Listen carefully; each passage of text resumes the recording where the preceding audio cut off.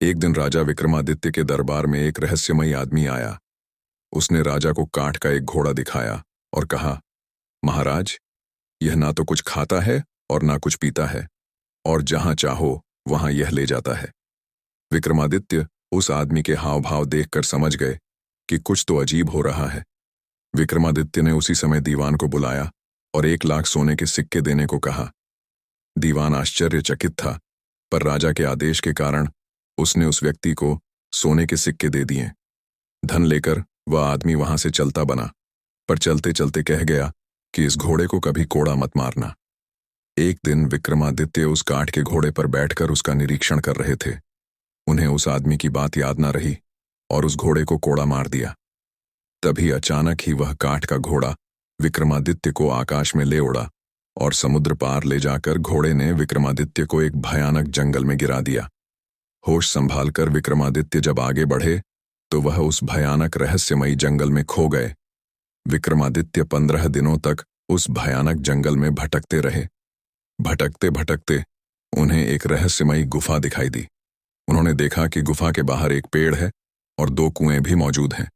पेड़ के ऊपर एक बंदरियां भी बैठी थीं, जो कभी नीचे आती तो कभी ऊपर चढ़ती। विक्रमादित्य छिपकर सब हाल देखने लगे। दोपहर होते ही एक तांत्रिक उस गुफा से बाहर आया और कुएं से पानी लिया और उस बंदरियां पर छिड़क दिया। तभी वह एक बहुत ही सुंदर स्त्री बन गई। तांत्रिक पहर भर उसके साथ रहा और फिर दूसरे कुएं से पानी लेकर स्त्री पर छिड़का कि वह फिर से बंदरियां बन गई और पेड़ पर जा बैठी, और तांत्रिक वापस उस गुफा में चला गया। यह देखकर विक्रमादित्य को बहुत ही अचंभा हुआ। विक्रमादित्य ने भी कुएं के पानी को जब उस बंदरियां पर छिड़का तो वह एक सुंदर स्त्री बन गई। उन्होंने जब प्रेम से उस स्त्री की तरफ देखा तो वह बोली, हमें हमें ऐसे मत देखो, हम तपस्विनी हैं, श्राप दे देंगे तो तुम भस्म हो जाओगे। राजा बोला, मेरा नाम विक्रमादित्य है, मेरा कोई कुछ नहीं बिगाड़ सकता। नाम सुनते ही वह स्त्री विक्रमादित्य के चरणों में गिर पड़ी और बोली, हे राजन, आप अभी यहां से चले जाओ, नहीं तो ये तांत्रिक आएगा और हम दोनों को श्राप देकर भस्म कर देगा। विक्रमादित्य ने कहा, तुम कौन हो और इस तांत्रिक के हाथ कैसे लगे? स्त्री बोली, मेरे पिता कामदेव और मां पुष्पावती हैं। जब मैं 12 बरस की हुई तो मेरे घर वालों ने मुझे एक काम करने को कहा। मैंने वह काम नहीं किया तो उन्होंने गुस्सा होकर मुझे इस तांत्रिक को दे दिया। वह मुझे यहां ले आया और बंदरियां बनाकर रखा है। सच है, भाग्य के लिखे को कोई नहीं मिटा सकता। विक्रमादित्य ने कहा, तुम निश्चिंत रहो, मैं तुम्हें अपने साथ ले चलूंगा। तभी वह तांत्रिक वहां आ पहुंचा और स्त्री को विक्रमादित्य के साथ देखकर उसके क्रोध की सीमा ना रही। विक्रमादित्य के पराक्रम से अनजान तांत्रिक ने अपने काले जादू के प्रभाव से नरभक्ष की सेना बुला ली और उन्हें आदेश दिया कि इस व्यक्ति के टुकड़े टुकड़े कर इसे नोच खाओ। नरभक्षी जैसे ही विक्रमादित्य की तरफ बढ़े तो विक्रमादित्य के क्रोध की सीमा ना रही। वो अकेला योद्धा नरभक्षी की सेना पर टूट पड़ा और देखते ही देखते विक्रमादित्य ने उन सभी को मौत के घाट उतार दिया। एक अकेले योद्धा द्वारा इतनी खूंखार सेना का अंत होते देख तांत्रिक समझ गया कि यह कोई साधारण मानव नहीं है। विक्रमादित्य जैसे ही उस तांत्रिक की तरफ भागे तो वह अंतर्ध्यान हो गया और वापस प्रकट होकर हंसने लगा। विक्रमादित्य समझ गए कि यह तांत्रिक मायावी है, इसे इस तरह काबू करना संभव ना होगा। तभी विक्रमादित्य ने बेताल का आह्वान किया और बेताल प्रकट हो गया। पूरा घटनाक्रम जानकर बेताल ने कहा, हे राजन, आप निश्चिंत रहें, इस दुष्ट को तो मैं देखता हूं। बेताल की शक्तियों के आगे तांत्रिक की शक्तियां धरी की धरी रह गईं और वह विक्रमादित्य के पैरों में आ गिरा और माफी मांगने लगा। विक्रमादित्य ने तांत्रिक को पाताल लोक जाने का आदेश दिया और वह सकुशल उस स्त्री के साथ अपने राज्य लौट आए।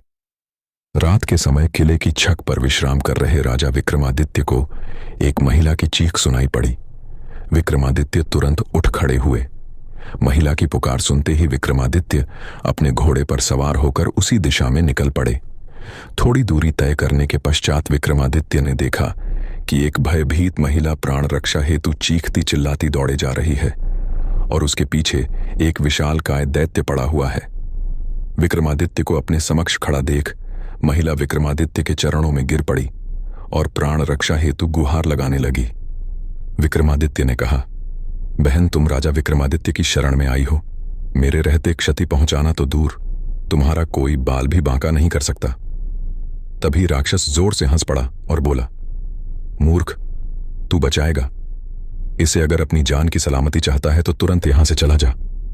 असहाय अबला नारी के बहते आंसुओं को देख विक्रमादित्य का खून खोल उठा, किंतु राक्षस अमर था। रक्त वर्णित आंखें लिए विक्रमादित्य उस विशाल काय दैत्य पर टूट पड़े। दोनों के बीच भीषण संग्राम हुआ। तभी विक्रमादित्य ने तलवार के एक ही बर से उस दानव का सर धड़ से अलग कर दिया, लेकिन उस मायावी राक्षस का सर वापस उस धड़ पर जा लगा। यह देख विक्रमादित्य विचलित न हुए और उन्होंने उस महादान का सर पकड़कर एक पहर तक जमीन पर घसीटा। तभी मौका देखकर राक्षस वहां से भाग खड़ा हुआ, पीठ दिखाकर भागते हुए, पर विक्रमादित्य ने वार नहीं किया और उसे जाने दिया। वह उस औरत के पास जाकर बोले, बहन, अब तुम सुरक्षित हो। वह दानव भाग चुका है। खतरा अभी टला नहीं है राजन। वह राक्षस वापस आएगा और मुझे ढूंढकर वापस इसी स्थान पर ले आएगा। विक्रमादित्य ने कारण पूछा। महिला बोली, मैं सिंघल द्वीप के एक ब्राह्मण की पुत्री हूं। एक दिन मैं अपनी सहेलियों के साथ गांव के पास ही मौजूद तालाब में स्नान कर रही थी कि तभी इस राक्षस ने मुझे देख लिया और मुझ पर मोहित हो गया। वहीं से यह मुझे यहां उठा लाया और मुझे अपना पति मानने के लिए कहता है। विक्रमादित्य ने राक्षस के पुनः जीवित होने का राज्य पूछा। स्त्री बोली, इसके पेट में एक मोहिनी वास करती है जो मरते ही इसके मुंह में अमृत डाल देती है। इसी कारण यह जीवित हो जाता है। विक्रमादित्य ने कहा, सग है मां, भवानी की इस दैत्य का वध किए बिना मैं अपने महल में प्रवेश नहीं करूंगा। इतना कहकर उन्होंने उस औरत को सैनिकों के साथ महल भिजवा दिया और खुद राक्षस की खोज में निकल गए। राक्षस झाड़ियों में ही छुपा था। मौका देखकर उसने विक्रमादित्य पर हमला कर दिया। विक्रमादित्य ने तलवार के एक ही बर से उस राक्षस का पेट चीर दिया। तभी उसके पेट से मोहिनी निकली और वह अमृत लेने के लिए भागी। विक्रमादित्य ने बेताल का आह्वान किया और बेताल ने मोहिनी को पकड़ लिया। अमृत के अभाव में राक्षस तड़पकर मर गया। विक्रमादित्य का पराक्रम देखकर मोहिनी उन पर मोहित हो गई और वो विक्रमादित्य से विवाह कर उनके साथ महल लौट आई। राजा विक्रमादित्य ने एक महाभोज का आयोजन किया। उस भोज में असंख्य विद्वान ब्राह्मण, व्यापारी तथा दरबारी आमंत्रित थे। भोज के मध्य में इस बात पर चर्चा चली कि संसार में सबसे बड़ा दानी कौन है। सभी ने एक स्वर से विक्रमादित्य को दुनिया का सर्वश्रेष्ठ दानवीर घोषित किया। राजा विक्रमादित्य लोगों के भाव देख रहे थे। तभी उनकी नजर एक ब्राह्मण पर पड़ी जो अपनी राय नहीं दे रहा था, लेकिन उसके चेहरे के भाव से स्पष्ट प्रतीत था कि वह सभी लोगों के विचार से सहमत नहीं है। विक्रमादित्य ने उससे उसकी चुप्पी का कारण पूछा तो वह डरते हुए बोला कि सबसे अलग राय देने पर कौन उसकी बात सुनेगा। विक्रमादित्य ने उसे निर्भय होकर अपनी बात कहने को कहा। ब्राह्मण ने कहा, विक्रमादित्य बहुत बड़े दानी हैं। यह बात सत्य है, पर इस भूलोक के सबसे बड़े दानी नहीं है। यह बात सुनते ही सभी चौंक गए। साधु ने कहा, समुद्र पार एक तक्षशिला नामक राज्य है, जहां का राजा अधिरथ जब तक 1,00,000 स्वर्ण मुद्राएं प्रतिदिन दान नहीं करता, तब तक वह अन्न जल ग्रहण नहीं करता है। अगर यह बात असत्य प्रमाणित होती है तो मैं कोई भी दंड पाने को तैयार हूं। विक्रमादित्य ब्राह्मण की स्पष्टवादित्य से बहुत प्रसन्न हुए और उन्होंने उसे पारितोषिक देकर सादर विदा किया। ब्राह्मण के जाने के बाद विक्रमादित्य ने बेताल का स्मरण किया। जब बेताल उपस्थित हुआ तो विक्रमादित्य ने बेताल को समुद्र पार राजा अधिरथ के राज्य में पहुंचा देने को कहा। बेताल ने पलक झपकते ही उन्हें वहां पहुंचा दिया। अधिरथ के महल के द्वार पर पहुंचकर उन्होंने अपना परिचय उज्जैन के एक साधारण नागरिक के रूप में दिया तथा अधिरथ से मिलने की इच्छा जताई। द्वारपाल जब उन्हें राजा के पास लेकर गया तो राजा ने पूछा कि तुम कौन सा काम कर सकते हो। विक्रमादित्य ने कहा, जो कोई नहीं कर सकता वह काम मैं कर दिखाऊंगा। राजा ने विक्रमादित्य को द्वारपाल के रूप में नियुक्त कर दिया। विक्रमादित्य ने देखा कि राजा अधिरथ सच में प्रतिदिन 1,00,000 सोने की मुद्राएं दान में देता है। उन्होंने यह भी देखा कि राजा अधिरथ रोज शाम अकेला कहीं निकलता है और जब लौटता है तो उसके हाथ में 1 लाख स्वर्ण मुद्राओं से भरी हुई थैली होती है। एक दिन शाम को विक्रमादित्य ने छिपकर राजा का पीछा किया। उन्होंने देखा कि राजा समुद्र में स्नान करके एक मंदिर गया और एक प्रतिमा की पूजा अर्चना करके उबलते तेल के कड़ा में कूद गया।